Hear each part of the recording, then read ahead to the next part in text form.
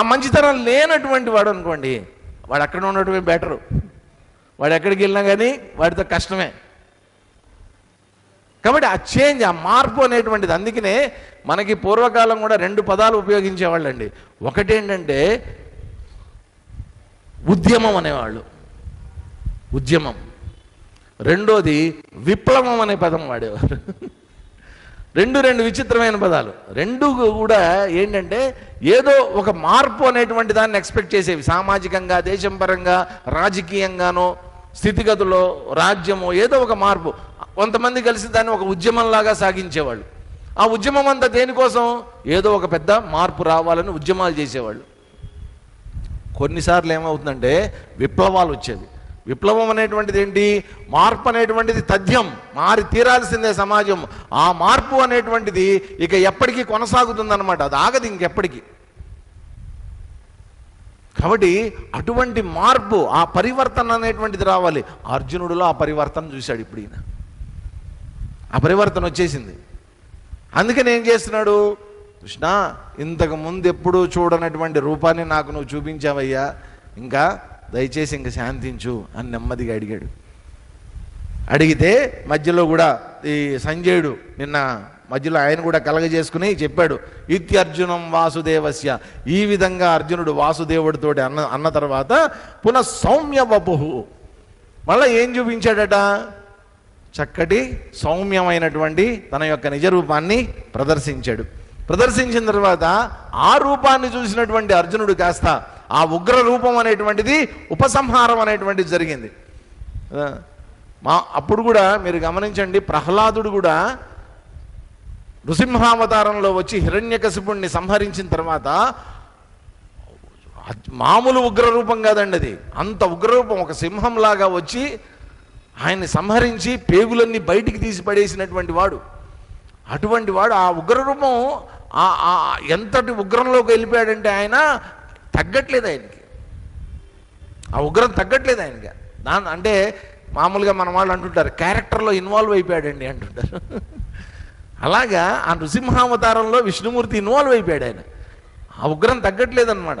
అప్పుడు స్వయంగా ప్రహ్లాదుడే శరణు వేడతాడు, స్వామి చాలించవయ్యా, చాలించు అని చెప్పి మళ్ళా ఆయన్ని నృసింహస్తోత్రం చదివిన తర్వాత అప్పుడు తన ఉగ్ర స్వభావాన్ని ఆయన నెమ్మదిగా తగ్గించుకుంటాడనమాట. ఇక్కడ కూడా అర్జునుడు స్వయంగా తనే వేడుకుంటున్నాడు, నువ్వు చూపించినటువంటి ఉగ్ర రూపం చాలించి నాకు సౌమ్య రూపాన్ని ప్రదర్శించు అని చెప్పి అడిగాడు. చూపించిన తర్వాత అప్పుడు అర్జునుడు ఏమంటున్నాడంటే, దృష్వేమం మానుషం రూపం తవ సౌమ్యం జనార్దన అస్మి సంతృప్త. నేను ఇప్పుడు సంతుష్టున్నయ్యాను, సంవృప్త. మళ్ళా నీ యొక్క అసలు రూపాన్ని చూశాను. చూసిన తర్వాత ఏం జరిగింది? సచేతాహ ప్రకృతిం గతః. మళ్ళా నా బుద్ధి పనిచేయడం మొదలుపెట్టింది. సచేతాహ, చేతస్సు అంటే బుద్ధి. మళ్ళా నా బుద్ధి పనిచేయడం మొదలుపెట్టింది. ఇప్పటిదాకా అంటే ఏంటి మరి బుద్ధి లేదా ఇప్పటిదాకా అర్జునుడికి? బుద్ధి లేకపోవడం కాదు, అంటే అతనికి ఇది భ్రమ, నిజమా, కళ, మాయ ఏం అర్థం కావట్లేదు అనమాట. అటువంటి పరిస్థితిలో ఉన్నటువంటి వాడు. ఒక్కొక్కసారి మనకే ఆశ్చర్యం వేస్తుంది. మనం కూడా అప్పుడప్పుడు అంటూ ఉంటాం చూడండి, సార్ ఇది కళా నిజమా అంటాం. కళా నిజమా అంటే ఇది వాస్తవంగా జరుగుతుందా, ఇలాంటిది అయ్యేటటువంటిదేనా, సాధ్యమేనా మానవలోకంలో అనేటువంటి డౌట్ మనకే వస్తుంది అనమాట. కాబట్టి అలాంటి సంభ్రమాశ్చర్యాల్లో ఉన్నటువంటి వాడు కాస్త అర్జునుడు ఇప్పుడు ఏమంటున్నాడంటే, మళ్ళా బాబు నిన్ను మామూలుగా చూసిన తర్వాత మళ్ళా ఇప్పుడు సచేతస, నా బుద్ధి మనసు అన్నీ కూడా మామూలుగా పనిచేయడం మొదలుపెట్టాయి. ప్రకృతిం గతః, నా యొక్క అసలైనటువంటి వ్యక్తిత్వంలోకి నేను ఇప్పుడు వచ్చా, నా ప్రకృతిలోకి, స్వయం ప్రకృతిలోకి నేను వచ్చా. వచ్చిన తర్వాత ఇప్పుడు శ్రీకృష్ణ పరమాత్మ చివరిగా ఇంత విశ్వరూపం చూపించినప్పుడు మాట్లాడినటువంటి మాటలు వేరు, ఇప్పుడు సౌమ్య రూపంలోకి వచ్చినటువంటి తర్వాత మాట్లాడేటటువంటి మాటలు వేరు. ఇవి చెప్తున్నాడు చూడండి. శ్రీ భగవానువాచ సుదుర్దర్శమిదం రూపం దృష్టవానసి యన్మమ దేవా అప్యస్య రూపస్య నిత్యం దర్శనకాంక్షిణః శ్రీభగవానువాచ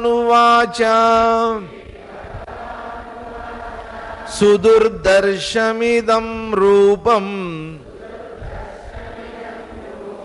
దృష్టవానసి యన్మమ దేవా అప్యస్య రూపస్య నిత్యం దర్శనకాంక్షిణః. శ్రీ భగవానువాచ, భగవానుడు అన్నాడట, మమ ఇదం సుదుర్దర్శం యద్ రూపం దృష్టవానపి. నా ఇదం సుదుర్దర్శం, చాలా అరుదుగా లభించేటటువంటి, సుదుర్దర్శం అంటే చూడటం చాలా కష్టం, చాలా అరుదుగా ఎవరికో నీలాంటి ఒకానొకడికి లభించేటటువంటి అవకాశం వల్ల నీకు లభించింది, నువ్వు చూసినటువంటి ఈ రూపం ఏదైతే ఉందో ఆ రూపము అస్య రూపస్య దేవాః అపి నిత్యం దర్శనకాంక్షిణః. దేవతలు కూడా ఏమనుకుంటారట, నిత్యం దర్శనకాంక్షిణః, ఎప్పుడూ ఈ రూపంలోనే భగవంతుణ్ణి చూడాలి అని కోరుకుంటారట. కాబట్టి దేవతలకు కూడా కోరికలు ఉంటాయండి. ఆ దేవతలు ఎలాంటి కోరికలు కోరుకుంటారు? మనమేం కోరికలు కోరుకుంటాం? మనమేమో ప్రపంచాన్ని చూడాలని కోరుకుంటాం, అవి చూడాలి ఇవి చూడాలని కోరుకుంటాం, అక్కడికి చేయాలి ఇక్కడ చేయాలి. ఇవన్నీ మన కోరికలన్నీ అల్పమైనటువంటివి, ప్రాపంచికమైనటువంటివి. దేవతలు కోరుకునేటటువంటి కోరికలు ఎలా ఉంటాయి? నేను భగవంతుని చూడాలని కోరుకుంటాను, దేవుణ్ణి చూడాలని కోరుకుంటారు. మనము కోరుకుంటాం, దేవుణ్ణి చూడాలని మనము కోరుకుంటాం. మనకేంటంటే ఒక చిన్న లోపల మనకు చిన్న డిఫెక్ట్ ఉందండి, ఆ స్క్రూ టైట్ చేయాలి కొంచెం, ఆ స్క్రూ లూజ్ అనమాట. మనకి ఏంటంటే మన భక్తి అంతా ఎలా ఉంటుందంటే, మీరేమనుకోనండి చెప్తా, మన భక్తి ఎట్లా ఉంటుందంటే, భగవంతుడా నీకు నమస్కారం అని భగవంతుడికి నమస్కారం పెడతాం. దారిలో ఎక్కడో లోపల అంతరాంతరాళాలలో ఒక చిన్న డౌట్ ఉంటుంది. ఏంటి? భగవంతుడా అసలు ఉన్నావా నువ్వు? చిన్న డౌట్ ఎక్కడో లోపల ఉంటుంది అనమాట. అసలు ఉన్నావా నువ్వు? ఆయన ఉంటే ఉంటే ఉండే ఉండే ఉంటావులే, నమస్కారం నమస్కారం, ఉండే ఉంటావులే అనేటువంటి భావనే తప్ప భగవంతుడే ఉన్నాడు, వాస్తవంగా ఉన్నాడు, నిజంగా ఉన్నాడు అనేటువంటి కాన్ఫిడెన్స్ లేదు మనకి, ఆ నమ్మకం లేదు. అందుకని ఏంటంటే ఆ చిన్న గ్యాప్ అనేటువంటిది ఉండటం వల్ల భగవంతుడి యొక్క దర్శనం అనేటువంటిది అంత ఈజీగా మనకి లభించదు. కానీ ఇక్కడ అర్జునుడికి ఆ పరిస్థితి లేదు. భగవంతుడిని పరిపూర్ణంగా నమ్మాడు కాబట్టి, శరణు వేడాడు కాబట్టి ఆయన మొత్తం అంతా చూపించాడు. దేవతలు కూడా ఏంటంటేనండి, వాళ్ళు కూడా భగవంతుడినే చూడాలనుకుంటారు. కానీ ఎలా చూడాలనుకుంటారట? ఇప్పుడు నేను నీకు ఏ రూపం అయితే చూపించానో ఆ రూపంలో దేవతలకు సైతం చూడాలనుకుంటారయ్యా. విచిత్రం ఏంటో తెలుసా? వాళ్ళు కూడా ఎప్పుడు చూడలే ఇది. వాళ్ళకి చూడాలని కోరిక అయితే ఉంటుంది. ఇప్పుడు నువ్వు ఏ రూపం అయితే చూసావో ఆ రూపంలోనే నన్ను చూడాలనుకుంటారు తప్ప వాళ్ళకి నేను ఈ రకంగా నేను వాళ్ళకి ఎప్పుడు కనిపించి ఉండను, వాళ్ళు కూడా ఎప్పుడు చూసుంటారు నన్ను ఇట్లాగా. కాబట్టి ఒకటి ఆలోచించండి, అర్జునుడు ఎంత అదృష్టవంతుడండి. దేవతలు సైతం కోరుకుంటారు అని చెప్పి వదిలేశాడు. చూడండి, ఇలాగే చూడాలనుకుంటారు, ఈ రూపంలో చూడాలనుకుంటారు నన్ను అని చెప్పి వదిలేశాడు. అంటే ఏంటి? చూడాలనుకుంటారు కానీ నేను ఆ రకంగా వాళ్ళకి కనిపించను అనేటువంటిది కూడా దాంట్లో అంతర్లీనంగా అర్థం ఉంది దాంట్లో. మరి దేవతలకి కూడా కనిపించినటువంటి రూపమా? ఇప్పుడు మనకో డౌట్ వస్తుందన్నమాట. ఏంటి సార్, దేవతలకి కూడా కనిపించినటువంటి రూపము మనకు కనిపిస్తుందా? నేను చెప్తున్నా, మీకు కూడా కనిపించదు. మీకు కూడా కనిపించదు. మరి ఎప్పుడు కనిపిస్తుంది? అర్జునుడిలాగా మారగలిగినప్పుడు, శరణాగతి పొందినప్పుడు అప్పుడు కనిపిస్తుంది. కాబట్టి స్వయంగా శ్రీ భగవానుడే చెప్తున్నటువంటి మాటలు ఇవి. ఇప్పటిదాకా నువ్వు చూసినటువంటి రూపం నా చూడండి ఏమంటున్నాడంటే, నువ్వు చూసినటువంటి రూపం అనే దానికన్నా కూడా నేను నీకు చూపించినటువంటి రూపం అంటున్నాడు. నువ్వు చూసినటువంటి రూపం కాదు. కాబట్టి భగవంతుడి యొక్క అసలు రూపం చూడాలి అంటే మనం చూడటం కాదండి, ఆయన చూపించాలి. ఆయన చూపిస్తే చూడగలం తప్ప మనం చూడాలి అనుకుంటే చూడలేం. మనం ఎంత ప్రయత్నం చేసినా కానీ మన ప్రయత్నం అంతా కూడా ఆయన చూస్తూ ఉంటాడు. చెయ్యి, ఇంకా చెయ్యి, ఇంకా ప్రయత్నం చెయ్యి, ఇంకా ఏం చేస్తావో చెయ్యి, ఇంకా ఎన్ని రకాల తపస్సులు చేస్తావో చెయ్యి, అన్నీ చెయ్యి, నీకు తెలిసినవన్నీ చెయ్యి, చూస్తూ ఉంటాడు అనమాట. ఎప్పుడైనా సరే మన లోపల ఒకటే గుర్తుపెట్టుకోండి, ఆయన ఎప్పుడు దర్శనమిస్తాడంటే, ఆయన ఎవరు అడిగారట రమణ మహర్షి గారిని, సార్ నన్ను నేను ఎలా తెలుసుకోవాలండి అన్నాడు. నన్ను నేను ఎలా తెలుసుకోవాలండి అని ఆయన చెప్పాడు అనమాట. నేను పోతే నువ్వు కనిపిస్తావు అన్నాడు. ఆయనకు అర్థం కాలే విన్నటువంటి వాడికి, నేను పోవటం ఏమిటి, నువ్వు కనిపించడం ఏంటి అంటే, నేను అనేటువంటి అహంకారం ఏదైతే ఉందో ఆ అహంకారం కనుక తొలగిపోయినటువంటి రోజున అప్పుడు నీ స్వరూపం నీకు కనిపిస్తుంది. నేను పోవటం అంటే నేను పోవటం కాదండి, పైకి పోవటం కాదు. నువ్వు పోతే నువ్వు కనిపిస్తావు, నేను పోతే నేను కనిపిస్తాను. ఇదేంటి పోవటం అంటే పైకి పోవటం కాదు. నేను అనేటువంటి భావన అంటే ఏం పోవాలి, నా లోపల నేను అనేటువంటి అహంకారం పోవాలి. ఆ చిన్న అహంకారం మన లోపల ఉండిపోయింది, అందువల్ల అంతా కప్పుకుపోతుంది అనమాట. ఆ నేను తీసేస్తే అంతా కనిపించేది అటువంటిది ఆయనే. కాబట్టి ఇక్కడ ఆ నేను అనేటువంటిది ఉన్నందువల్ల నువ్వు చూడలేకపోతున్నావు. దేవతలకి సైతం ఈ అహంకారం అనేటువంటిది ఉంటుంది కాబట్టి వాళ్ళకు కూడా నేను ఎటువంటి దర్శనం ఎప్పుడు ఇచ్చినటువంటి వాడిని కాదు అని చెప్పి ఇంకా ఎవరెవరికి కనిపించడో చెప్తున్నాడు. కనిపించేటటువంటి వాళ్ళ లిస్ట్ ఏమన్నా చెప్తాడేమో అని నేను చూస్తే అంతా ఎవరికి కనిపించడో చెప్తున్నాడు అనమాట. ఎందువల్ల కనిపించడో కూడా చెప్తున్నాడు. నాహం వేదైర్న తపసా నదానేన చాచ్చేజ్యయా శక్య ఏవం విధో ద్రష్టుం దృష్టవానసి మాం యథా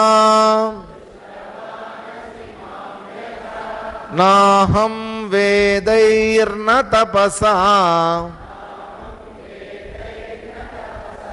నదానేన చేజ్యయా శక్య ఏవం విధో ద్రష్టుం దృష్టవానసి మాం యథా మాం యథా దృష్టవానసి ఏవం విధః అహం ద్రష్టుం, నన్ను ఏ విధంగా అయితే నువ్వు ఇప్పుడు దాకా చూసావో అటువంటి నా యొక్క విశ్వరూపం ఏదైతే ఉందో వేదైహి నశక్య. నెంబర్ 1, నువ్వు వేదాలన్నీ చదివి అవపోషణ బట్టి నువ్వు అధ్యయనం చేసినంత మాత్రాన, వేదాలన్నీ 4 వేదాలు చతుర్వేదాలు బట్టినంత మాత్రాన నశక్య, నీకు ఈ రూపం కనిపించదు. అలాంటి వాళ్ళకు కూడా కనిపించదు. తపసాన, తపస్సులు చేసినంత మాత్రం చేత కూడా, కఠోరమైనటువంటి తపస్సులు, ఇంతకుముందు కూడా చెప్పారు ఇలాంటి శ్లోకమే, మళ్ళా చెప్తున్నాడు అనమాట. కఠోరమైనటువంటి తపస్సులు చేసినంత మాత్రాన కూడా నీకు కనిపించదయ్యా ఈ రూపం. దానేనా, దాన ధర్మాలు చేసినంత మాత్రం చేత కూడా నీకు ఇది లభించదు. ఇజ్జియా, యజ్ఞయాగాదులు చేసినంత మాత్రం కూడా ఇది లభించదు. కాబట్టి నువ్వు యజ్ఞాలు చేసినా, దాన ధర్మాలు చేసినా, సత్కార్యాలు చేసినా, పూజలు పునస్కారాలు చేసినా, నువ్వు ఏం చేసినప్పటికీ కూడా, ఎంత ఘోరమైనటువంటి తపస్సులు చేసినప్పటికీ కూడా ఈ రూపాన్ని చూడటం అనేటువంటిది ఎవరి వల్ల కాదు. ఇవన్నీ చేస్తే కూడా ఇవన్నీ కనిపించవు. మామూలుగా ఏంటంటే 2 రకాలైనటువంటి ఉంటాయండి దీంట్లో. ఒకటి కర్మకాండ, కర్మయోగము అంటారు. కర్మకాండ అంటే ఏంటి, ఏదైనా ఒక కోరిక పెట్టుకుని పూర్వకాలం పుత్రకామేష్టి అనో లేకపోతే రాజసూయ యాగం అనో ఇటువంటివి చేసేవాళ్ళు. ఏదో ఒక కోరికతోటి దేవతల్ని మెప్పించి ఆ దేవతల ద్వారా రాజ్యాధికారాన్ని పొందటము, ఏకఛత్రాధిపత్యాన్ని పొందటము, లేదా పుత్ర సంతానం అనేటువంటిది లేకపోతే పుత్రుణ్ణి పొందడం కోసం అని చెప్పి, వంశం అనేటువంటిది అభివృద్ధి చెందడం కోసం అని చెప్పి ఇటువంటి వాటిని చేసేవాళ్ళు. ఇష్టి అంటారనమాట. పుత్రకామ ఇష్టి, పుత్రకామేష్టి. అవన్నీ ఏంటంటే యజ్ఞయాగాదులు, చాలా లాంగ్ ప్రాసెస్ అనమాట. ఒక్కొక్కటి 108 రోజులు చేసేవి, 21 రోజులు చేసేవి, 27 రోజులు చేసేవి, వేల మంది ఋత్విక్కులు వాళ్ళందరూ కూర్చుని చేసేటటువంటివి, ఇట్లాంటివన్నీ ఉంటాయి. రుద్రాలు, అతిరుద్రాలు అని చెప్పి చేస్తుంటారనమాట, మహారుద్రాలు. ఇన్ని రకాలుగా చేస్తూ ఉంటారు. ఇవన్నీ చేసేది దేనికోసం, ఏదో ఒక కర్మ ఫలాన్ని కోరుకుని చేసేటటువంటిదే ఇవంతా కూడా. వాస్తవంగా ఏంటంటే భగవంతుణ్ణి చూద్దామనే దృష్టితోటి చేసేటటువంటిది కాదండి. ఒకవేళ భగవంతుణ్ణి చూద్దామనే దృష్టితోటి నువ్వు చేసినప్పటికీ కూడా ఈ రూపంలో అయితే భగవంతుడు నీకు కనిపించడు. నీకేదన్నా కోరిక ఉంటే ఆ కోరికను తీరుస్తాడు ఆయన పైనుంచి. సర్లే పో, నువ్వు ఇది కదా కోరుకున్నది అని చెప్పి కోరిక తీర్చేస్తాడు. అంతే తప్ప ఆయన దర్శనం మాత్రం నీకు దొరకదు. ఎందుకని? నువ్వు ఆయన దర్శనాన్ని కోరుకోవాలా, ఆయన ఇచ్చేటటువంటిది కోరుకున్నావు తప్ప ఆయన్ని నువ్వు కోరుకోలేదు. అందువల్ల నీకు ఈ రూపం దొరకదు. కొన్ని పూజలు ఇట్లాంటివి ఏమైనా చేస్తావా? పూజలు చేసినా ఇంతే. దాన ధర్మాలు చేసాం, దాన ధర్మాలు కూడా ఎందుకు చేస్తున్నావు? ఏదైనా పుణ్యం సంపాదిద్దామని చేస్తారు, పుణ్యం ఏదైనా దొరుకుతుందేమో అని చేస్తారు తప్ప భగవంతుడిని చూద్దాం అనేటువంటి దృష్టితోటి దాన ధర్మాలు చేయరండి. కాబట్టి ఏ రకంగా చూసినప్పటికీ, ఎన్ని పుణ్యకార్యాలు చేసినప్పటికీ కూడా, సత్కార్యాలు చేసినప్పటికీ కూడా ఈ రకమైనటువంటి రూపాన్ని చూడటం అనేటువంటిది నశక్య. రాసేశాడనమాట, రాసి సంతకం చేసి పెట్టాడు అక్కడ బాండ్ పేపర్ మీద, నశక్య, చూడటం ఎవడి వల్ల కాదు అని డిసైడ్ చేసి చెప్పేశాడు. చెప్పిన తర్వాత శ్లోకం చదువుదాం. భక్త్యాత్మనన్యయా శక్యః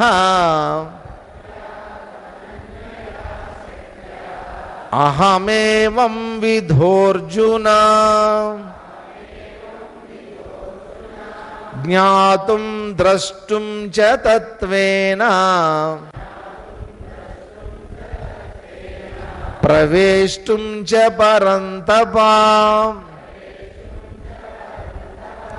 భక్త్యాత్మనన్యయా శక్యః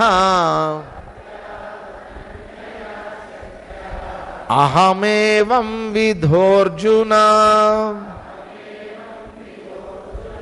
జ్ఞాతుం ద్రష్టుం చ తత్వేన ప్రవేష్టుం చ పరంతప. పరంతప, అర్జున, అహం ఏవం విధః జ్ఞాతుం ద్రష్టుం, నన్ను ఈ విధంగా నువ్వు అనుకుంటే కనుక చూడడానికి తత్వేన ప్రవేష్టం చ అనన్యయా భక్త్యాతు శక్య. ఎలాంటి భక్తి ఉండాలని చెప్తున్నాడు ఈయన? తత్వేన ప్రవేష్టం చ, తత్వంలోకి ప్రవేశించడానికి నా యొక్క స్వరూపం, ఇక్కడ చెప్పినటువంటి తత్వం. ఏ తత్వం? ఈ విశ్వరూపం అనేటువంటి జగద్వ్యాపితమైనటువంటి విశ్వవ్యాపకమైనటువంటి నా యొక్క తత్వం ఏదైతే ఉందో, ఇప్పటిదాకా నీకు చూపించినటువంటి తత్వం ఏదైతే ఉందో, ప్రవేష్టం, దాంట్లోకి ప్రవేశించడానికి ఎవరికి సాధ్యం? అనన్యయా భక్త్యాతు శక్య. అనన్యమైనటువంటి భక్తి ఎవరికి ఉంటుందో వాళ్ళకి మాత్రమే సాధ్యము. ఇంతకుముందు 2 శ్లోకాల్లో చెప్పారు కదండి ఎవరెవరికి సాధ్యం కాదో. దేవతలు సైతం చూడాలనుకుంటారు, వాళ్ళకి సాధ్యం కాదు ఇది. యజ్ఞాలు, దానాలు, తపస్సులు చేసినటువంటి వాళ్ళు ఉంటారు, వాళ్ళకి లభించినటువంటిది. పుణ్యకార్యాలు చేసినా లభించినటువంటిది. మరి ఎవరికి లభిస్తారయ్యా? అనన్యయా భక్త్యా. కాబట్టి భగవంతుడు మన లోపల చూసేది ఏంటండి? ఏం చూస్తాడైనా? అనన్యమైనటువంటి భక్తి, అనన్యమైనటువంటి భక్తి, అన్యము కానటువంటి భక్తి. అంటే మనకి భక్తి ఉంటుంది, మనకి భక్తి లేకలేదండి. భగవంతుడిని మనం రోజు ఆరాధిస్తాం, ఇంట్లో పూజా మందిరాలు పెట్టుకుంటాం, అన్నీ చక్కగా చేస్తాం, చక్కగా రోజు ఆరతలు ఇస్తాం, ధూపదీప నైవేద్యాలు ఇంట్లో అందరూ చేసుకునేటటువంటి వాళ్ళు అందరూ ఉన్నారు. ఇక్కడ కూర్చున్నటువంటి వాళ్ళల్లో దాదాపు అందరూ ప్రతిరోజు ఏదో ఒక రకంగా కనీసం ఒక ధూపం అన్న వెలిగించి తిప్పి గంట వాయించే వాళ్ళు ఉంటారు, ఏదో ఒకటి ఇంట్లో చేసేటటువంటి వాళ్ళు ఉంటారు. భక్తి ఉంటుంది. రెండోది ఏంటి? భక్తి ఉండటం వేరు. భక్తి అంటే భగవంతుడి పట్ల ఒక నమ్మకము, శరణాగతి ఉండటం వేరు. ఇక్కడ ఏమంటున్నారంటే అనన్యమైనటువంటి భక్తి. అనన్యమైనటువంటి భక్తికి తేడా ఏంటి? అసలు అన్యభక్తి అంటే ఏంటి? అనన్యభక్తి అంటే ఏంటి? అన్యభక్తి అంటే ఏంటంటే ఒక దాని మీద నీకు ఫోకస్ అనేటువంటిది లేకపోవటం, భగవంతుడి యొక్క తత్వం మీద ఫోకస్డ్గా ఉండటం. భగవంతుడే ఉన్నాడు, ఆయనే అంతా చూసుకుంటాడు అనేటువంటి నమ్మకం, పరిపూర్ణమైనటువంటి నమ్మకం ఏదైతే ఉందో అది అనన్యమైనటువంటి భక్తి. అన్యమైనటువంటి భక్తి అంటే ఏంటి? భగవంతుడిని నమ్ముతాం కానీ ప్రపంచాన్ని కూడా నమ్ముతాం, ప్రపంచం మీద కూడా ఆధారపడతాం. భగవంతుడి మీద ఎంత ఆధారపడతామో ప్రపంచం మీద కూడా అంతే ఆధారపడతాం. ఇక్కడ ఉండేటటువంటి ప్రజల మీద, నా బంధువుల మీద, నా పిల్లల మీద, నా తల్లిదండ్రుల మీద, అందరి మీద నేను ఆధారపడుతూ ఉంటాను. పుట్టిన దగ్గర నుంచి చనిపోయేంత వరకు కూడా ఎవరో ఒకళ్ళ మీద డిపెండెంట్గానే బతుకుతూ ఉంటాను నేను. చూడండి, గమనించండి మీరు, ఎవరి మీద ఒకళ్ళ మీద ఆధారపడే మన జీవితం ఉంటుంది. డిపెండెన్సీ అన్నమాట. ఆధారపడతాం. చిన్నప్పుడు అంతా ఏంటి, తల్లిదండ్రుల మీద ఆధారపడతాం. పెద్ద అయిన తర్వాత భార్య పిల్లల మీద ఆధారపడతాం. ఆ తర్వాత మళ్ళా పిల్లల మీద ఆధారపడతాం. వాళ్ళు చూసుకోవాలి, వాడు చూసుకుంటాడా, చూసుకుంటే లేదా తీసుకెళ్ళి ఓల్డేజ్ హోమ్లో పారేస్తాడు. మొత్తానికి ఏదో ఒక రకంగా ఎవరి మీదో ఒక రకంగా ఏదో ఉద్యోగం కావాలి, ప్రభుత్వం మీద ఆధారపడి ఉంటాం. ఆరోగ్యం సరిగ్గా లేదు, ఆసుపత్రుల మీద డాక్టర్ల మీద ఆధారపడతాం. ప్రతి దానికి ఎక్కడో ఒక చోట మనం ఆధారపడతాం. కానీ భగవంతుడి మీద ఆధారపడినటువంటి వాడు, భగవంతుడిని ఆధారంగా చేసుకున్నటువంటి వాడు నిజమైనటువంటి అనన్యమైనటువంటి భక్తి కలిగినటువంటి వాడు. కాబట్టి అటువంటి భక్తుడు ఎవరన్నా ఉంటే ఈ ప్రపంచంలో అటువంటి వాడికి నేను ఆ తత్వంలో ప్రవేశించడానికి అవకాశం దొరుకుతుంది. కాబట్టి భగవంతుడి యొక్క దర్శనం కలగడం, ఆయన యొక్క తత్వంలోకి ప్రవేశించడం అనేటువంటి కోరిక ఉండడం మంచిదే. కానీ దానికి తగినటువంటి అర్హత ఇక్కడ చెప్తున్నారన్నమాట, అనన్యమైనటువంటి భక్తి, అన్యము కానటువంటి భక్తి. కాబట్టి ఒకసారి మనం చెక్ చేసుకోవాల్సింది ఏంటంటే, నేను భగవంతుడి యొక్క భక్తుడిని చెప్తున్నాను, కానీ నా భక్తికి ఇక్కడ ఉండవలసినటువంటి లక్షణం, అనన్య భక్తి అనేటువంటి లక్షణం ఏదైతే ఉందో ఆ లక్షణం ఉందా లేదా అనేటువంటిది మనం చెక్ చేసుకోవాలి. నేను భగవంతుడి మీదే పరిపూర్ణంగా ఆధారపడుతున్నానా లేదా, భగవంతుడిని పరిపూర్ణంగా నమ్మానా లేదా, భగవంతుడి పట్ల నాకు శ్రద్ధ ఉందా లేదా, ఆ నమ్మకం, పరిపూర్ణమైనటువంటి నమ్మకం, విశ్వాసం అనేటువంటిది ఉందా లేదా. ఆ విశ్వాసం కలిగి ఉంటే అది అనన్యమైనటువంటి భక్తి అని చెప్తూ చివరికి చెప్తున్నారు. చూడండి ఏం చేయాలో చెప్తున్నాడు. మత్కర్మ కృన్మత్పరమః మద్భక్త సంగవర్జితః నిర్వైరః సర్వభూతేషు యస్స మామేతి పాండవా మత్కర్మ కృన్మత్పరమః మద్భక్త సంగవర్జితః నిర్వైరః సర్వభూతేషు. సా ఒత్తు పలకాలండి. నిర్వైరః సర్వభూతేషు యస్స మామేతి పాండవా. అర్జున, యహ ఎవరైతే, అర్జున నువ్వు అని చెప్పట్లే, ఇక్కడ వదిలేశాడు, ఇక అర్జునుని పక్కన పెట్టేసి యహ ఎవరైతే మత్కర్మకృతు నా గురించి కర్మలు చేసేటటువంటి వాడు ఉంటాడో, మత్ పరమః నన్నే పరమ లక్ష్యంగా పెట్టుకున్నటువంటి వాడు ఉంటాడో, మద్భక్త నా భక్తుడైనటువంటి వాడు ఉంటాడో, సంగవర్జిత నా భక్తుడై ఉండాలి, కానీ దాంతోపాటు ఇంకో లక్షణం ఉండాలి. ఏంటిది? సంగవర్జిత, సంఘాన్ని విడిచిపెట్టినటువంటి వాడు, అటాచ్మెంట్ని వదిలిపెట్టేసినటువంటి వాడు. సర్వభూతేషు నిర్వైరః అన్ని ప్రాణుల పట్ల నిర్వైరః వైరం లేనటువంటి వాడు. సహా మాం ఏతి అతను ఎక్కడికి చేరుతాడట? మాం ఏతి నన్ను చేరుతాడు. ఇప్పటిదాకానేమో అర్జునుడి గురించి చెప్పాడు, నీకు చూపించింది, నువ్వు చూసినటువంటిది, నీకు అవకాశం ఇచ్చా, నేను చూపించా, నువ్వు నేనే అంటే మనకు డౌట్ వస్తుంది. సార్ ఇప్పుడు అర్జునుడు శ్రీకృష్ణుడు అంటే సరే, వాళ్ళిద్దరూ భారతంలో క్యారెక్టర్స్, వాళ్ళిద్దరు బాగానే ఉంది, మరి మా సంగతి ఏంటి? మరి మేము చూడగలమా లేదా ఆయన? ఇంతకీ శ్రీకృష్ణుడు ఏమో చూపించేశాడు, ఈయనేమో చూసేసేట, మధ్యలో మనం చదివేశాం 11వ అధ్యాయం విశ్వరూప సందర్శన యోగం అయిపోయింది. మరి మా సంగతి ఏంటి? మేము చూడాలా వద్దా? ఎన్ని చూడండి, బాగా చూడండి. ఎలా చూడాలి? ఇప్పుడు చెప్తున్నాడు ఏమేం లక్షణాలు ఉండాలో చూడాలి. ఏంటంట? యహ మత్కర్మకృత్ నా కోసం కర్మలు చేసేటటువంటి వాడు, భగవంతుడి కోసం కర్మలు చేసేటటువంటి వాడు. భగవంతుడి కోసం కర్మలు చేయటం అంటే ఏంటండి? భగవంతుడి కోసం ఏం కర్మలు చేయగలవు నువ్వు? ఏం కర్మలు చేయగలవు భగవంతుడి కోసం? వాస్తవంగా అండి, నిజం చెప్తున్నాను, భగవంతుడి కోసం మనం చేసేటటువంటి కర్మలు ఏవి సరిపోవండి. మనకి తృప్తినిస్తాయే తప్ప మనం చేసే కర్మలు భగవంతుడికి తృప్తినివ్వవు ఎప్పుడు కూడా. ఎందుకని? ఆయన చేసేటటువంటి బ్రహ్మాండమైనటువంటి కార్యంలో మనం చేసేటటువంటి కర్మలు చిన్నవి, సముద్రంలో నీటి బొట్టు లాంటివి. ఇది చూసి ఆయన సంతోషపడిపోతాడా? ఏం ఘనకార్యం చేసేవారు, ఏం చేస్తే ఏంటంటే ఒక మానవుడిగా మన శక్తికి అతీతమైనటువంటిది కనుక చేస్తే, మన శక్తికి మించినటువంటిది కనుక చేస్తే, మన తెలివితేటలకు కూడా మించినటువంటిది చేస్తే, ఎవ్వరూ చెయ్యనటువంటిది కనుక నేను చేసి చూపిస్తే, ప్రపంచానికి పనికొచ్చేటటువంటిది ఏదో దివ్యమైనటువంటి కార్యం కనుక నేను చేస్తే, ఏదన్నా భగవంతుడు ఏం చేస్తాడు? ఆశీర్వదిస్తాడు.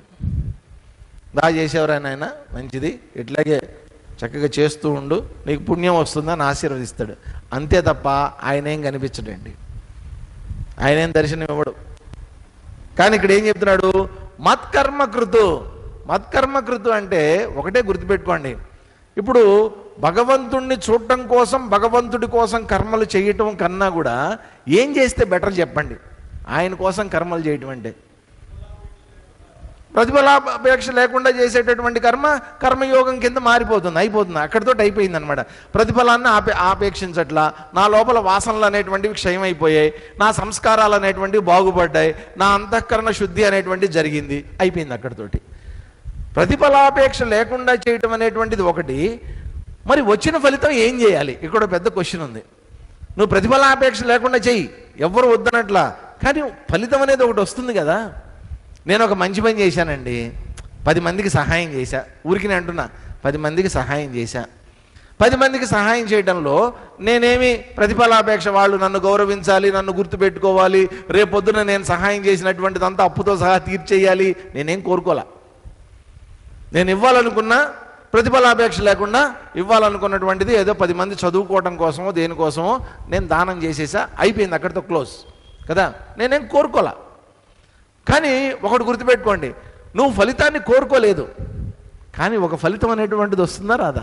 నువ్వు కోరుకున్నా, ఒకవేళ కోరుకుని చేసేటటువంటి వాడు ఉన్నాడు అనుకోండి, కోరుకుని చేసేటటువంటి వాడు కూడా ఉంటాడు కదా.